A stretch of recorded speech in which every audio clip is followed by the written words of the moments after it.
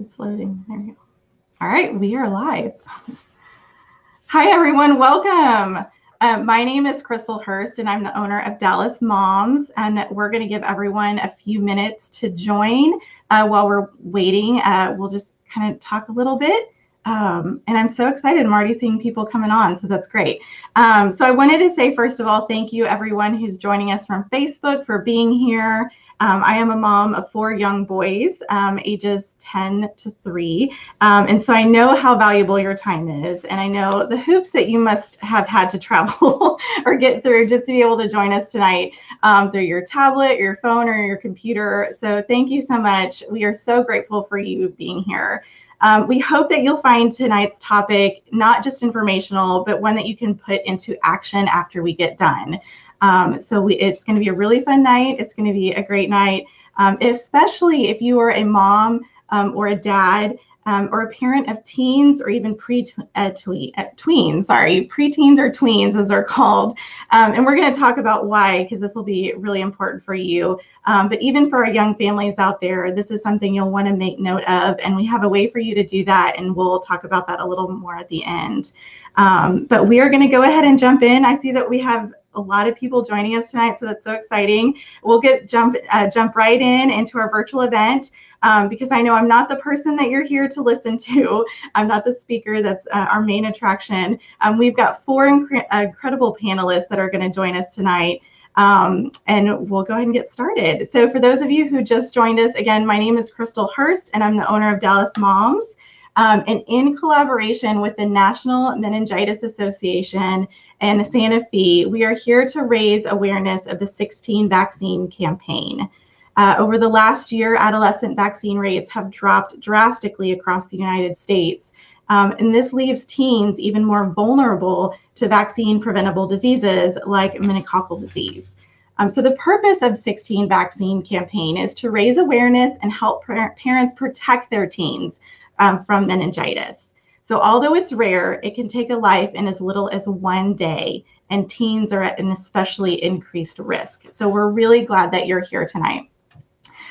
So to help us talk about this, we have 4 panelists who are going to be joining us, and I'm so excited to introduce them to you now. I'm going to be working the screen, so don't mind me if I look down, but our first panelist is Dr. Albert Karam. Do you want to say hi, Dr. Albert? Oop, there we go. Hello. Yep, there we go. Hello, everybody. Thanks for joining us tonight. Yeah. Dr. Karam is a Dallas pediatrician, so some of you who are joining us might be familiar with his practice, and he's going to be talking to us about what the disease is and its prevention. And then I also want to introduce to you tonight Leslie Mayer. Hi. Thanks for having us. Yeah, and she is the president of the National Meningitis Association, and she's going to be sharing with us the impact of the disease and what it does for families. And then next, I would love to welcome John Grimes to the team. Greetings. Glad to be here. He is a meningitis survivor, and so we're so happy to have him here. And he's also now an advocate.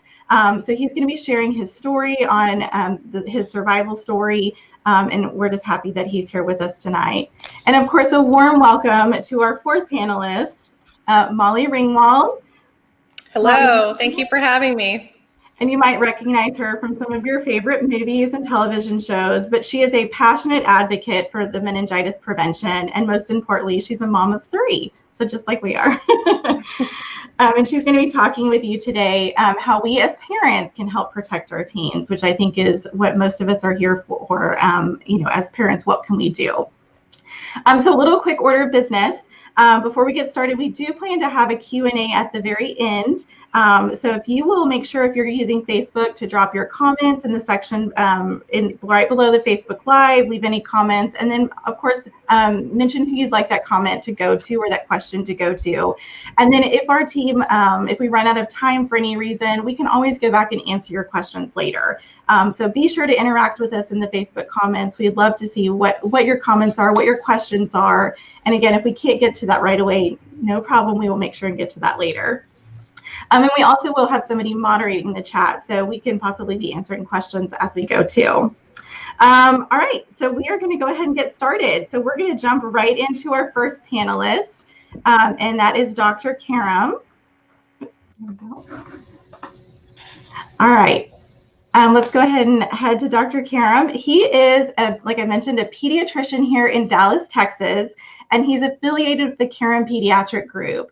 He's a clinical professor of pediatrics at UT Southwestern Medical School, known affectionately as Dr. Al, the kitty's pal. Dr. Karam has been recognized by multiple organizations, including Best Doctors in America, Texas Monthly's Texas Super Doctors, and D Magazine Best Pediatricians in Dallas. He received his undergraduate degree in chemistry from McNeese State University and then attended medical school at LSU Medical Center Shreveport. So Dr. Karam, I'll go ahead and turn it over to you. Great. And again, thank you for having me. And I might add that I did my training here in Dallas at Children's Medical Center, where I was able to see firsthand the devastation of meningococcal disease and meningococcal meningitis. I'm also the proud parent of 6 children and the proud grandparent of 7 children. So I'm very aware of children and their needs and wants and such as that. So let's just take a few minutes and talk about meningococcal disease. So a meningococcus is a bacteria, not a virus, and therefore, since it's a bacteria, it can be treated with antibiotics. However, this particular bacteria is so rapid in its onset and so rapid in hurting people that oftentimes, even with antibiotic use, it can be very difficult to treat.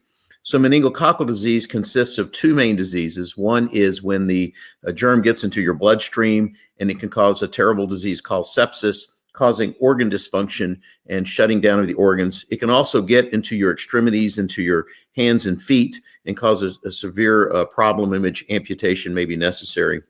In addition to that, it causes meningitis, which is an inflammation and infection of the surrounding meninges, or the covering of the brain and spinal cord. It's rare, but it is real. And again, I saw firsthand meningococcal disease as a pediatric resident at Children's Medical Center in the early 1980s. It's transmitted by close contact, and this is what teenagers and kids do. They congregate together, they get together at ball games, at social events. It's transmitted by saliva, by kissing, by sharing drinks, by sharing food. It's very highly contagious, and so we also tend to see it often in college dormitories where kids are together very often. The symptoms of meningococcal disease and even meningitis can start off as just maybe the common cold or flu-like symptoms, consisting of runny nose or congestion, a bit of a headache and some fever. Eventually, if it gets to your brain, you get the classic stiff neck. And it can be just devastating in terms of side effects. Not only can death ensue, but also you can have organs that are affected. You can have hearing loss. You can have loss of vision. You can have brain injury consisting of seizures, loss of cognitive function, and then again, you can have limb amputations. And this disease is a very, very, very rapid onset. Anyone can get meningococcal disease. This includes children in the first year of life up to adults, but teens are at increased risk because of the things that we just talked about. And about 10 to 15% of these people will die even with treatment. As we said before, it can be treated with antibiotics, but in some cases, the disease is so rapid in its onset that antibiotics won't even do any good. It just marches on through your body.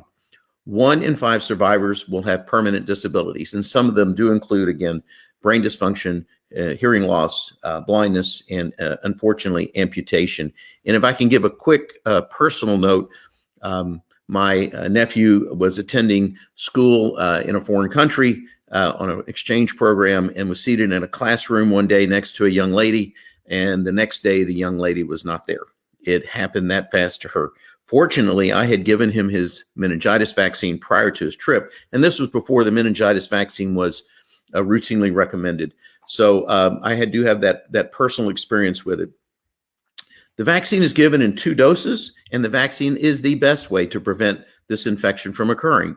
The vaccine is given at the first dose at 11 to 12 years of age. And as you bring your child to the pediatrician at that 11 or 12-year visit, he may mention that your child will be getting a tetanus and whooping cough vaccine known as Tdap. In addition to that, we'll get the meningitis vaccine known as MenACWY. The second dose is given at 16 or 5 years after the first dose.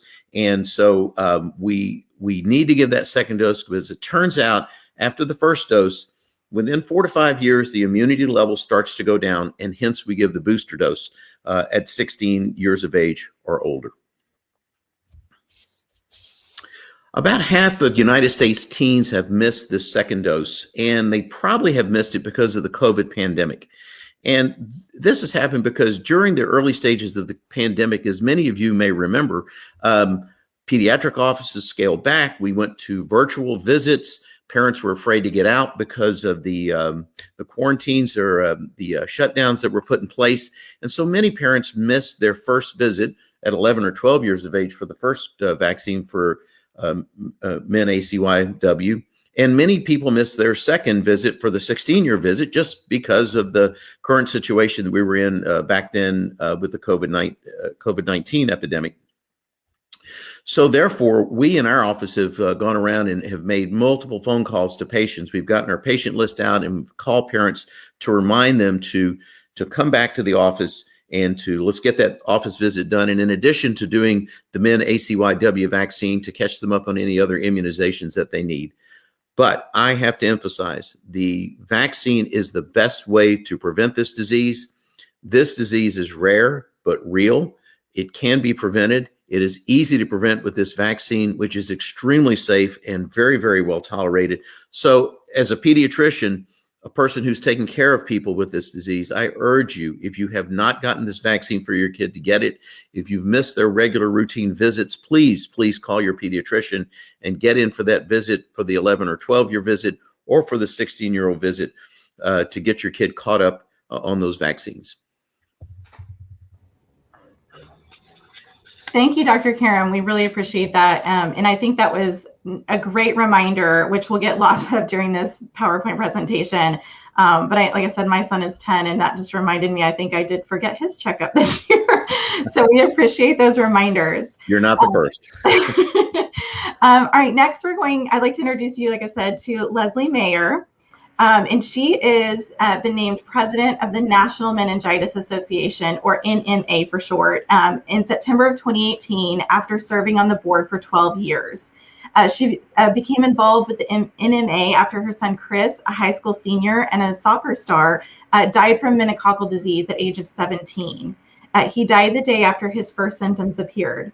Leslie was not aware that a vaccine had just been approved that might have helped to prevent her son's death. Her accomplishments include working with the Arizona Department of Health to make Arizona the first state to mandate vaccination for 11 and 12-year-olds. In 2012, Leslie was selected by the Centers of Disease Control and Prevention as Arizona's first immunization champion. So thanks for joining us today, Leslie. I'll let you get started. Oh, thanks, Crystal. I wanted to let everyone know my story because I think it shows how quickly this disease can take a healthy person in less than 24 hours. This is my son, Chris. The middle picture shows him as he began his senior year of high school. He was 17 and just loved life.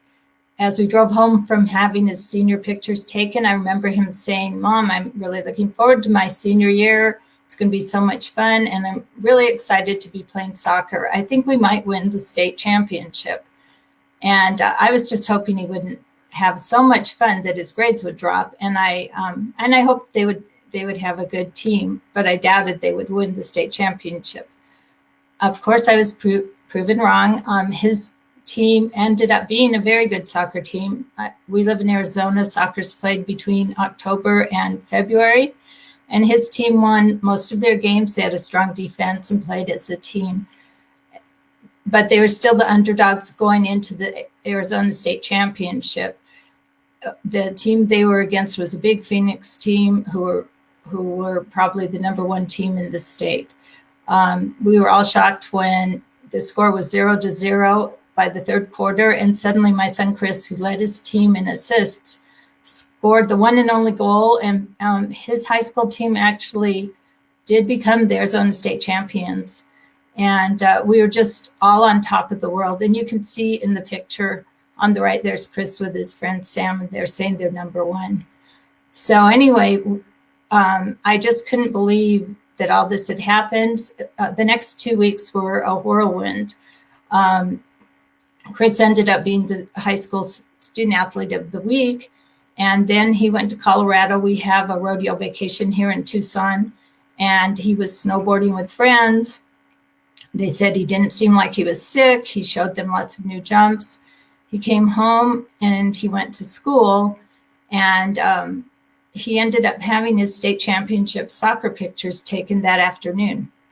He did have a headache. His friend Sam's mom had given him some Tylenol.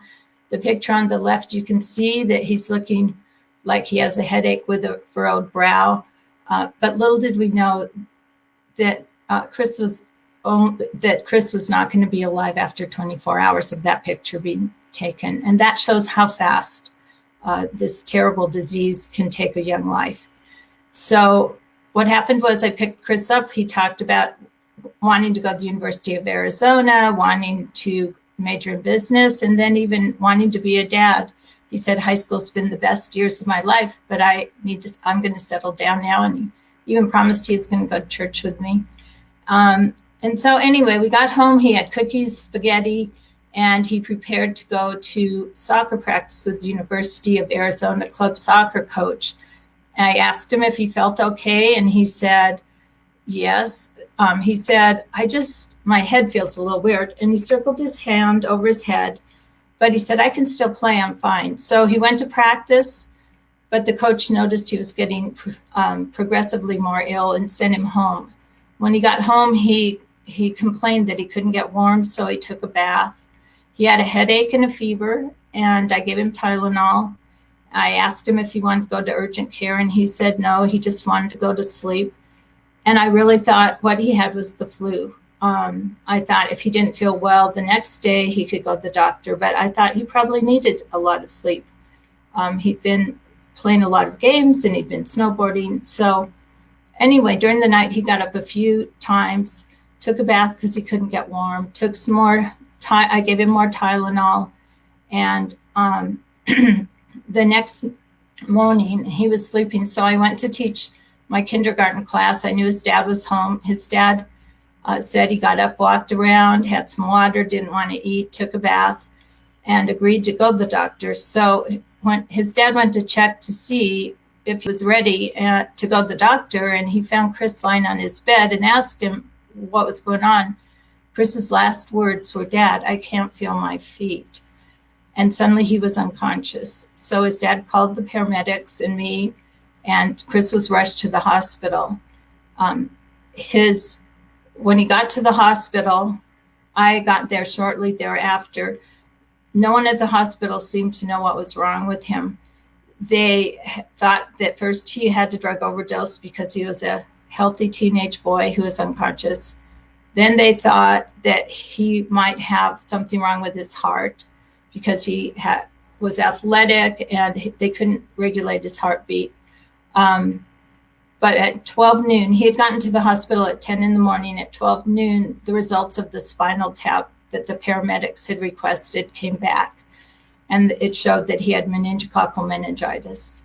I had never heard of that. All of the unnecessary medical personnel cleared the room. Our family got to stay with Chris. And at 12:20, they were struggling. The medical people still with him were struggling to resuscitate him. I saw his ears were turning purple, his fingers were turning purple. And a nurse turned to me and she said, we will continue trying to resuscitate him as long as you want because he's a young man, but his brain has not had oxygen for several hours and he won't have any quality of life. So his dad and I had to make the difficult decision to let our son go. We knew that he loved life. He loved being with his friends. He loved playing sports. And if he couldn't participate in life, then it was better that we just knew that was the best decision for him. And so that happened less than 24 hours after that picture where the trophy was taken. And we felt like our world had come crashing down. His friends all worried that they were going to get sick and die. The whole Tucson community was in shock because there'd been so much publicity about winning the game. Everybody was scared. People in Phoenix were scared. And I felt like I didn't know anything about meningococcal meningitis, and I needed to let other people know so that their kids would be safe. So I got in touch with the National Meningitis Association, who has advocates across the country who have been affected by this terrible disease. And I learned that I wasn't the only mom, that this was a disease that can take a life in less than 24 hours, as I had learned. But I also learned that there was a vaccine that kids should get, the MenACWY, which is now recommended for 11 and 12-year-olds, and a second dose is necessary at age 16. And because Chris was 17 when he died, this is a special campaign for me. I really feel like had Chris been vaccinated, he would be alive today. He would be alive to be an uncle to his sister's little boys. He would be a dad. I believe that he would be hanging out with his friends, and their young families would all be together. And I want other parents to know what I didn't know and make sure that they get their kids vaccinated with both doses of MenACWY, one at 11 and 12, one at 16.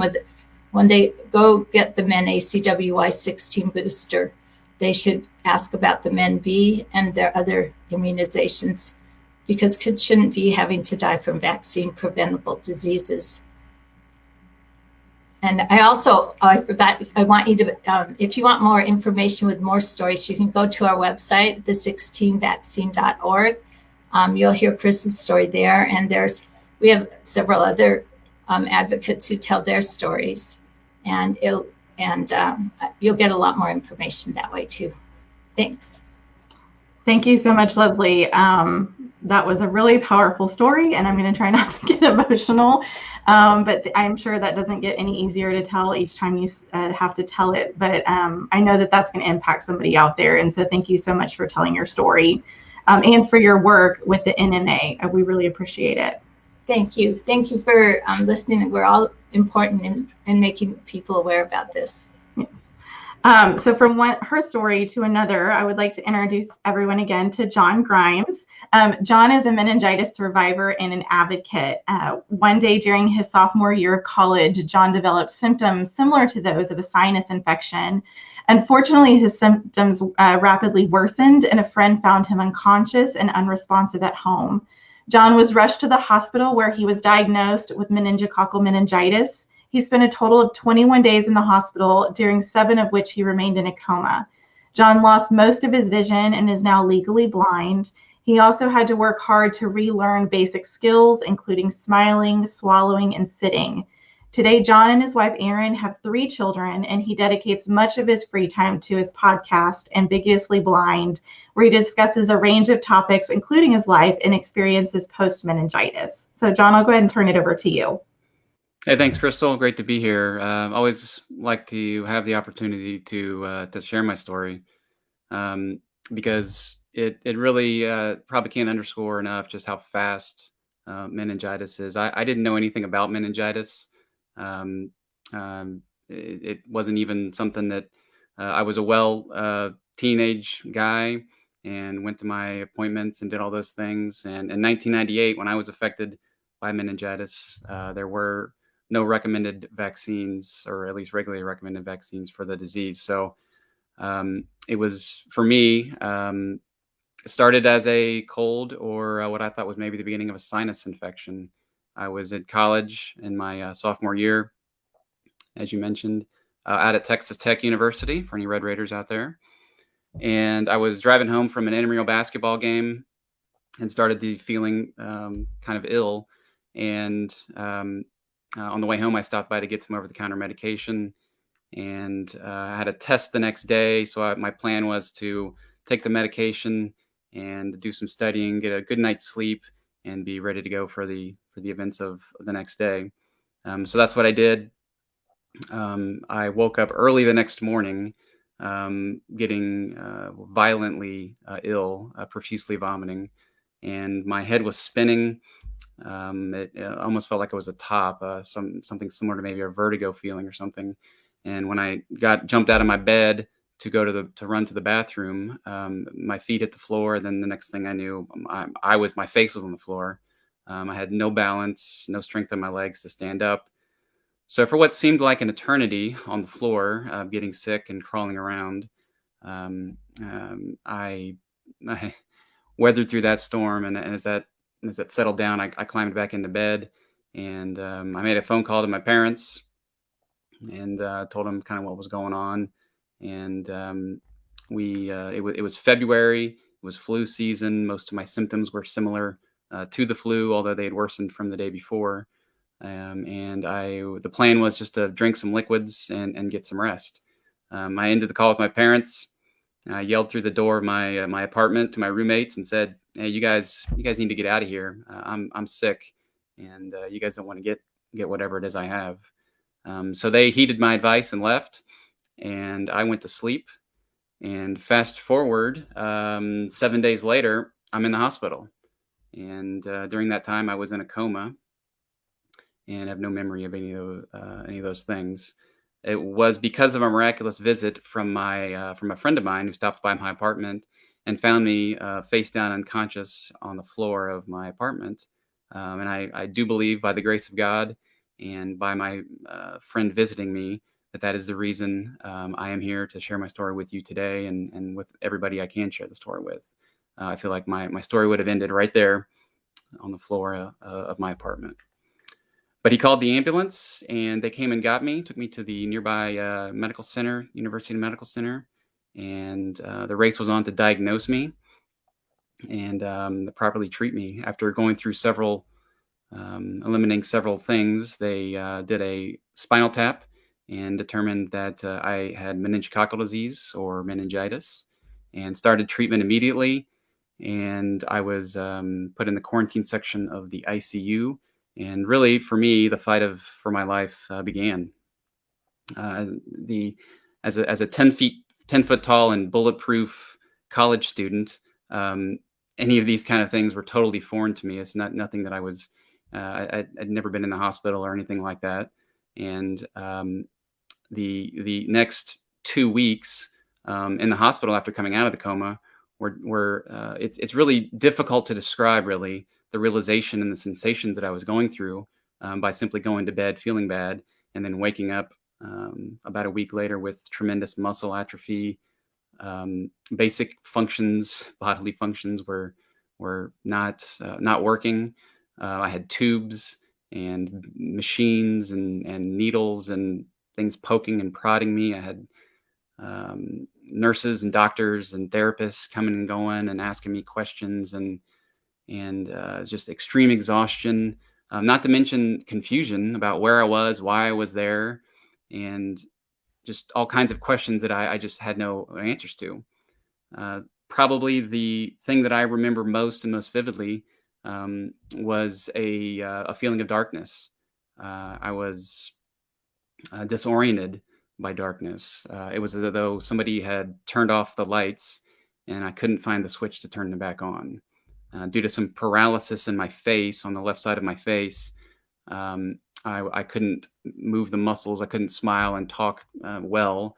And my eyelid had closed and I wasn't able to open it. And I can remember in the darkness feeling the comfort of my parents, who luckily were at my side and there to comfort and help me. And I can remember telling my dad, I can't see anything. Why can't I see things? And why aren't my eyelids opening? And how do we get those open? And when am I gonna get out of here? This is crazy. And that's when my dad told me that my left eye, although it was closed, my right eye was open and blinking normally. And that's when I had another round of realization that I had lost all the vision in my right eye. The meningitis took 100% of the vision from my right eye. I would soon then learn that the left eye was affected as well, and it took about half the vision in that eye. So I am now, or was then and still am, in the visually impaired community, legally blind. I have 20/300 vision in my left eye, 0 vision in my right eye. And as an example of what legal blindness means, which is difficult to describe, which is why I call myself ambiguously blind. I no longer have the privilege of operating a vehicle for the safety of you and others on the street too. So those were one of the things that was the realization of just how different life was going to be moving forward after meningitis. But there was lots of other things about my body that just weren't right. Notably, swallowing. I wasn't able to swallow, and I had a feeding tube, which is one thing when you're unconscious, but when you're conscious and aware of a feeding tube, it's just probably the most uncomfortable thing that I've ever experienced. So through lots of therapy, swallowing therapy, physical therapy, cognitive and occupational therapy in the hospital over about a 2-week period, around the clock to the point of exhaustion, we were able to sit up in bed, lift and raise my feet, and stand, and then make a few steps in the forward direction to get me literally back on my feet again. Far from back to where I should be, but enough for them to discharge me from the hospital. So I think you mentioned I was in the hospital for a total of 21 days and discharged. I was in Lubbock, Texas, and my mom and I boarded a flight back to the Dallas area, which was home. And then that's kind of when the second phase of my recovery set in. When I got home, it was the same home that I'd known before, but things were a lot different.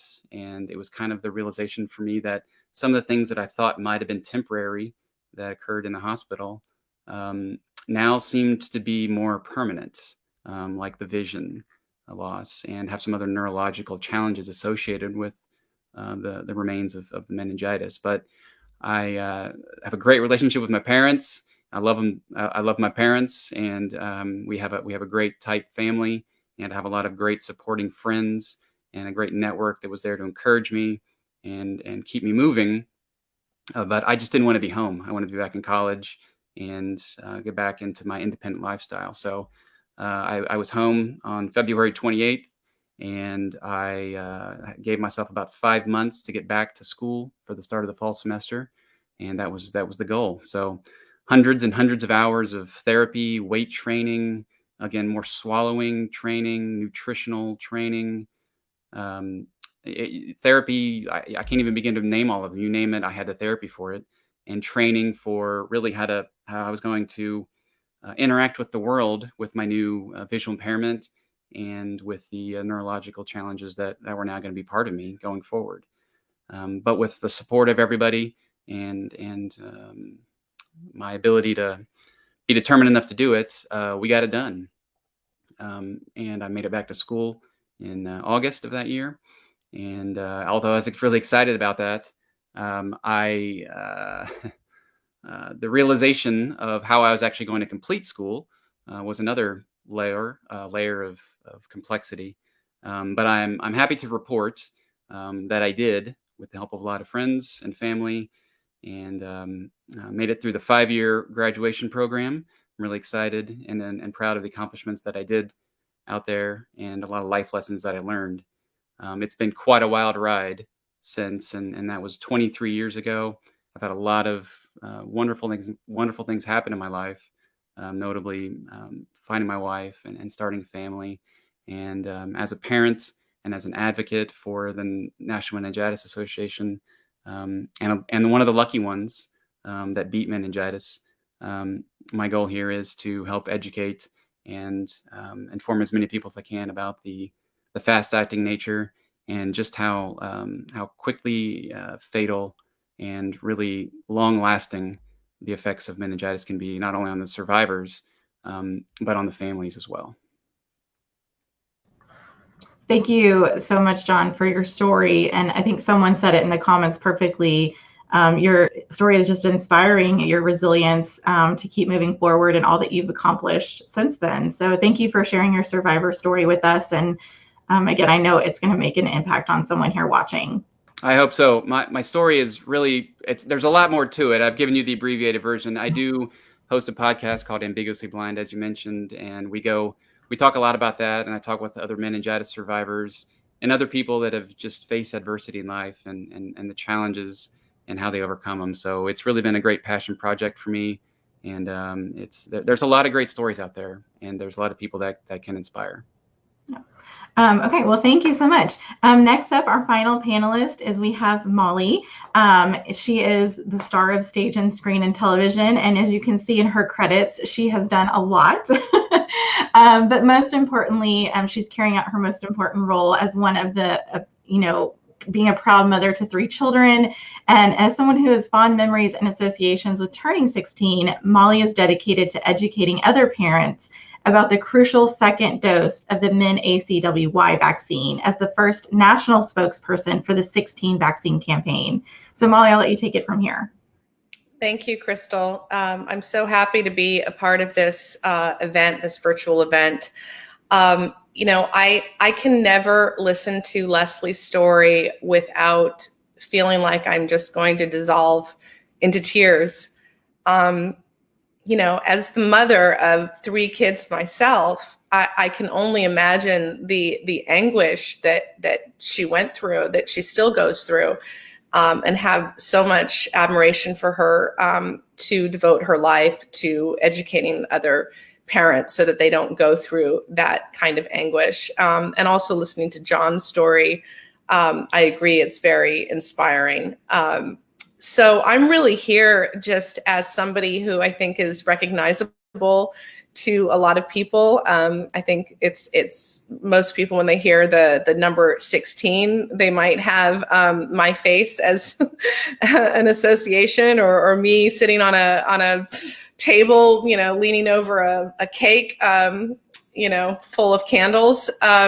You know, it's such a significant age. And so this campaign is really in place to help raise awareness so that parents get their kids protected, help them get protected against this horrible, horrible disease.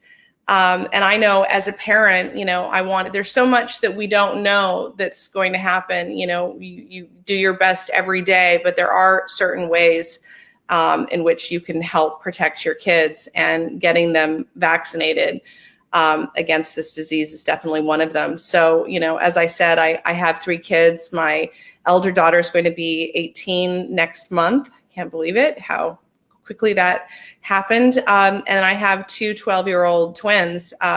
So the twins just got their first vaccination against the men. I say MenACWY. I know that the doctor said MenACYW, so I don't want anybody to be confused. It's the same thing, same initials.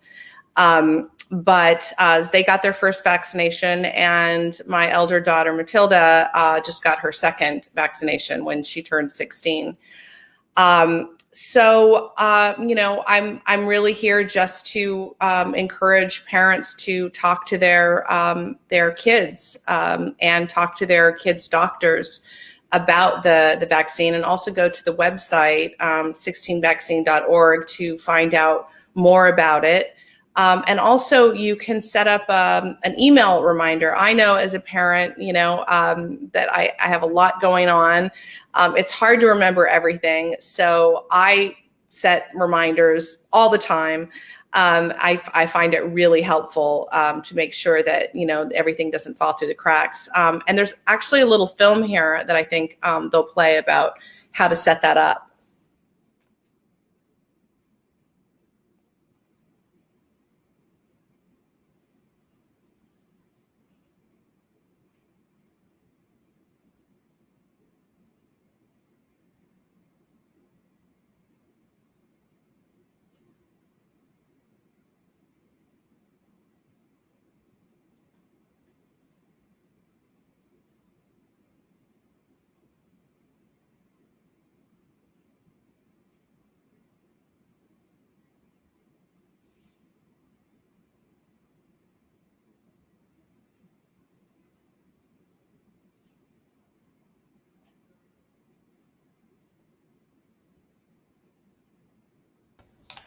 Okay, great. Thank you so much, Molly. We really appreciate it.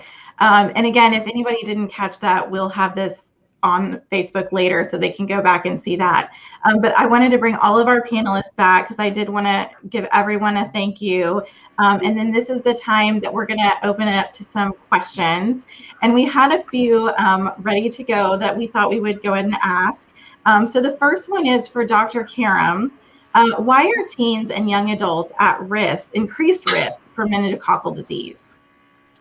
So teens and young adults are at increased risk because of close contact. The germ is carried in the nose and throat and the mucous membranes. you probably, if you have the germ, you don't even know you have it. And in the majority of people, it just hangs around and doesn't do anything. But because somebody may have it with close contact, being next to each other, sneezing, coughing, sharing drinks, sharing food, of course, close contact in dormitories and such as that, the germ can be transferred from one person to another. And we don't know why, and we don't know which kids are going to get meningococcal disease or meningococcal meningitis. We just know it happens. And of course, our people listening in tonight have heard two just very dramatic stories about this. So it has to do with close contact and being in close contact with each other, eating, drinking, sharing facilities, sharing bathroom areas, and that sort of thing. And then we had a great question on Facebook, which I'll pull up right now. She said, my daughter is 17, and I just realized that she didn't get her second dose. She had the first when she was 12. Is it too late for the second dose? And the answer is no, it's not too late. So I urge this mom to get this vaccine as soon as possible, to get the booster. It is not too late at all. It's fully approved by the CDC for this, by the FDA and the Advisory Committee of Immunization Practices of the CDC. And it is not too late. And I would encourage this mother also to consider getting meningitis B. B as in boy vaccine, which is a separate vaccine from MenACWY. So we have a bunch of alphabet soup here, but meningitis B vaccine is also available to the daughter and can be given at the same visit as MenACWY booster for her. So I would encourage the mother to get her child both of those vaccines. Great, thank you. And Leslie, we had a question for you. Why is sharing your family story so important to you? It's important to me because I lost my son to a disease I knew nothing about until it was too late. And I hope that by sharing my story, other parents and grandparents even and friends of teenagers will realize they'll learn about the disease of meningococcal meningitis, and they'll realize that there are two necessary doses of MenACWY, the first at 11, 12, and the other at 16, so that those they love will be safe from this devastating disease. Yeah, I agree. Thank you so much. John, one person asked, what is the main takeaway you want to share for everyone watching? Well, I think the main takeaway, I think it's been said maybe a couple times already, but this is a fast-acting disease, although rare. It's just there. I feel like the more information that we can get out there about meningitis, again, because I knew nothing about it, the better protected people are going to be. You got stories like Leslie's story and like my story, which could have been prevented with a simple vaccine. So talk to your doctor if you're not comfortable with that, and learn about the vaccines, and visit the 16vaccine.org to learn lots more information about meningitis. And I think John said it, Molly, but do you want to send us off with reminding us where we can go for more information? Yeah, 16vaccine.org. That's really your best resource for finding out everything that you want about this disease, and yeah, taking steps to help protect your kids so that this doesn't happen to you. All right, well, thank you again to our panelists for being here tonight. We really appreciate you giving up your time and sharing with the families in the area about this important, cause and what we can do as parents to make sure that we're helping prevent this. So again, there's the website on the screen one more time, the 16vaccine.org. We will drop it in the comments. And for those of you, again, who are asking questions that we didn't get to live, we will be sure to answer those in the comment section as well. So thank you so much for everyone for joining us live, and we will see you all later. Thank you. Thank you. Thank you, Crystal. Thank you. Bye-bye. Bye. Bye, everyone.